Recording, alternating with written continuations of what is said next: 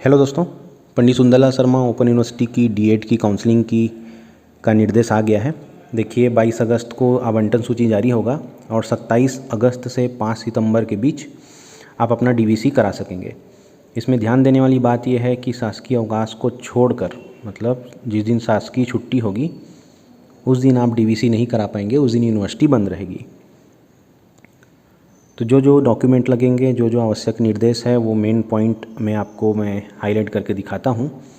तो देखिए, शासकीय घोषित अवकाश के दिवस में सत्यापन एवं प्रवेश प्रक्रिया नहीं होगी। तो अगर आपको लगता है कि फर्स्ट सूची में आपका नाम आ जाएगा, तो आप जो भी दस्तावेज है वो उसकी तैयारी कर रखें। तो देखिए, चयनित विद्यार्थियों को स्वयं जाना होगा, प्राप्त अध्ययन केंद्र पर जाकर अपना डीवीसी कराना होगा और वहीं पे उसको प्रवेश लेना होगा। अब आगे बढ़ते हैं।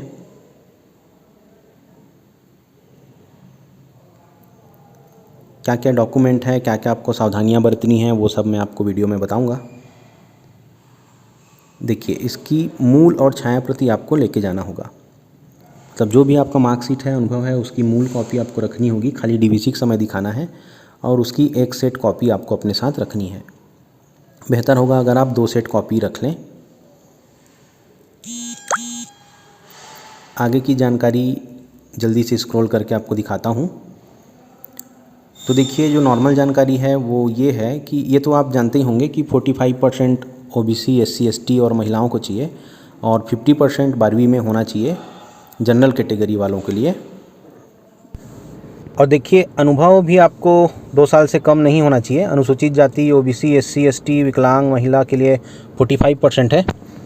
और अनुभव की बात करें तो न्यूनतम 2 साल का अनुभव होना चाहिए आपको टीचिंग का, और निरंतर टीचर हैं आप, मतलब एट प्रेजेंट आज के डेट में आप टीचर हैं, उसका भी आपको एक प्रमाण पत्र यानी कि अनुभव प्रमाण पत्र बनवाना होगा, है ना। और जो भी है वो फीस नहीं होगा माफ़ अगर आप गलत डॉक्यूमेंट देते हैं, जो भी जैसी स्थिति है। आगे आपको फॉर्मेट भी बताऊंगा। उस फॉर्मेट में एक चूक भी हुआ है, डेट गलत डाल चुके हैं यूनिवर्सिटी की तरफ से, उसको भी आपको मैं डिटेल में आपको बताऊंगा। तो चलिए आगे बढ़ते हैं फिर से।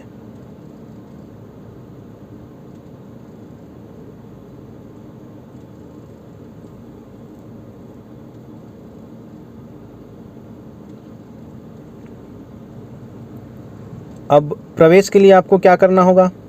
तो प्रवेश के लिए जो आवश्यक दस्तावेज आगे मैं बताऊंगा, तो आपको वो सब इकट्ठे करके जो भी आपको सेंटर अलॉट हुआ होगा वहाँ आपको जाके डीवीसी कराना होगा और वहीं पे एडमिशन आपको दिखाना होगा। तो रैंकिंग की सूची जारी होगी, अभी कॉलेज के साथ अलॉटमेंट लिस्ट निकलेगा 22 तारीख को। फिर आप इन सब जगहों पे जाके अपना डीवीसी करा पाएंगे। फ़ीस देख लेते हैं कि डीएलएड फर्स्ट ईयर और सेकेंड ईयर दोनों की फ़ीस 10,300 रुपये पर ईयर है। 2 साल की अवधि होती है ये। अब इसमें महत्वपूर्ण निर्देश और देख लेते हैं आगे कि जो डॉक्यूमेंट इसमें लगना है आप उसको ध्यान से, सावधानी से पहले से ही कलेक्शन कर लेंगे, वरना उस समय एडमिशन के समय आप हड़बड़ा जाएंगे। तो इसमें क्या है देखते हैं। अब आप सबको पता है 2400 सीटें हैं इसमें, जिसमें कैटेगरी वाइज डिवाइड है सभी सीटें, उसका आपको पिछले वीडियो में डिटेल मिल जाएगा। इसमें भी देख लेते हैं कि अनुसूचित जाति के लिए 12% है, अनुसूचित जनजाति के लिए 32% है, ओबीसी एनसीएल कैटेगरी के लिए यानी नॉन क्रीमी लेयर 14% है। अब जल्दी से बढ़ते हैं आगे। देखिए, इसमें ऐसा है कि पहला लिस्ट निकलेगा, अगर उसमें प्रवेश नहीं लेते हैं बहुत लोग तो दूसरा लिस्ट निकलेगा और ऐसे ही चलता जाएगा। आखिरी में ओपन काउंसलिंग भी होता है।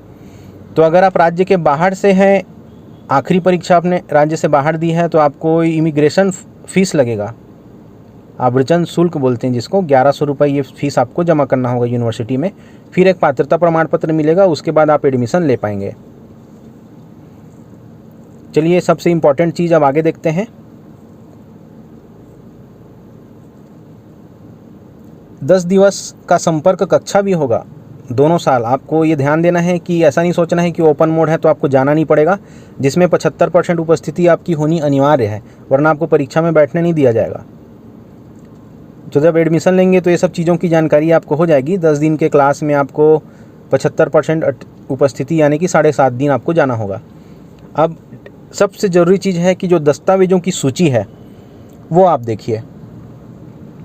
इसमें जो सूची दस्तावेज़ों की आपको लगेगी, तो ऑनलाइन रजिस्ट्रेशन के समय जो फॉर्म भरे थे पावती, वो आपको लाना है। सीट आवंटन का जो पृष्ठ जिस पेज में आपका नाम है वो लेके जाना है।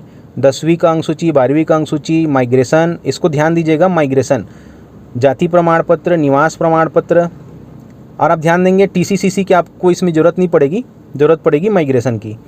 तो देखिए जाति निवास हो गया, दिव्यांग वगैरह हो गया, आधार कार्ड हो गया, अनुभव प्रमाण पत्र, ये सबसे ज़रूरी है। और एक शपथ पत्र आपको देना पड़ेगा 10 रुपये के स्टाम्प में, वो भी मैं आपको बताऊंगा, पूरा फॉर्मेट है उसका, और साथ में 2 फोटो लगेंगे। ये देखिए, ये रहा अनुभव का जो फॉर्मेट बनाना है आपको DLED में, वो 2 प्रकार का बनता है। एक होता है इस तारीख से इस तारीख तक, मतलब उसमें फिक्स हो जाता है कि आपको इतने साल का अनुभव है, और इसमें ये तय नहीं होता कि आप निरंतर कार्यरत हैं। तो निरंतर कार्यरत के लिए एक अलग फॉर्मेट है, वो आगे देखते हैं। तो देखिए ये प्रारूप 3 हो जाता है, और ये जो निरंतर वाला है प्रारूप 4 होता है ना। यहाँ पे देखिए 2 वर्ष का अनुभव 31 जुलाई 2023, जबकि ये 2024 है, बाई मिस्टेक वो 2023 छप गया है, पिछले साल का फॉर्मेट। और ये जो फॉर्मेट है प्रारूप 4, इसको आप देखिएगा तो दिनांक इतने से निरंतर, तो आपको जनरली यही वाला फॉर्मेट बनवाना है। अगर आप एक ही स्कूल में पढ़ा रहे हैं तब, अगर अलग अलग स्कूल में पढ़ा रहे हैं तब वो दोनों फॉर्मेट की आपको ज़रूरत पड़ेगी। अगर 2 साल 1 साल पहले कहीं और का अनुभव है और उसके बाद आप किसी और कॉलेज स्कूल में पढ़ा रहे हैं, तब ये दोनों फॉर्मेट आपको लगेगा।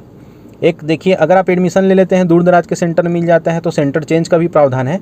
म्यूचुअल सेंटर इंटरचेंज भी कर सकते हैं, उसके लिए आपको आवेदन देना होगा। ये रहा आवेदन का फॉर्मेट, इसमें दोनों का डिटेल लगता है, दोनों का सिग्नेचर लगता है, यानी कि दोनों आपसी रूप से सहमत होने चाहिए, फिर आपका सेंटर चेंज हो जाए।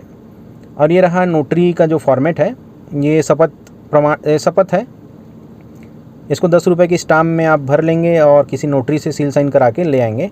इस प्रकार आपका एडमिशन हो जाएगा पूरा। तो वीडियो में बने रहने के लिए धन्यवाद। एडमिशन ले लीजिए।